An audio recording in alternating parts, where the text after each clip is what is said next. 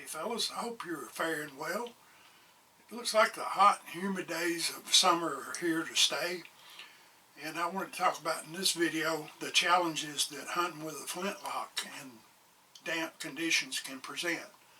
No, there's not a lot of hunting seasons on right now, especially not in my neck of the woods, but you might get that chance to go on a hog hunt somewhere in a preserve or something, and you decide you want to take one with your front stuffing charcoal burning flintlock.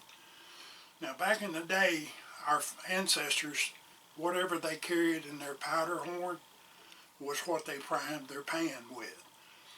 And through the years, in search of faster ignition, we started carrying a separate flask of some type, a powder horn or be like a spring-loaded pan charger, to prime our pan with so it would feed faster. But that in itself has a drawback.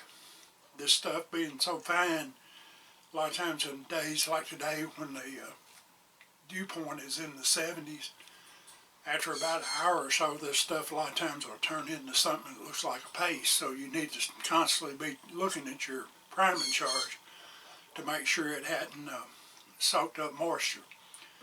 But those of you that are new, us older ones know this, your commercial powder will have the granulation like FF or 3F and a little G right there.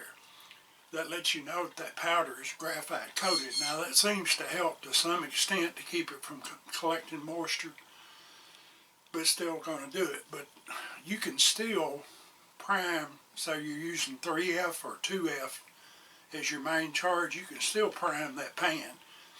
And you're probably not going to notice a whole lot of difference in how that charge or how fast that charge goes off, but this powder, being coarser, seems to have less an effect of gathering that moisture like the fine flash powder does, 4F powder. So if you do go hunting in weather like this, when it's humid, or in the hunting season in the fall and winter, when it's damp and drizzly and cold outside, you still want to check that priming every once in a while to make sure that it hadn't collected a lot of moisture and turned into daggum paste in your pan. And you go to shoot at that trophy animal and your gun won't go off. That's a terrible thing. But I hope that helps you new people. I know us old guys that's been in the habit for a while know these kind of things, or we should. But I like to help the new people along when I can.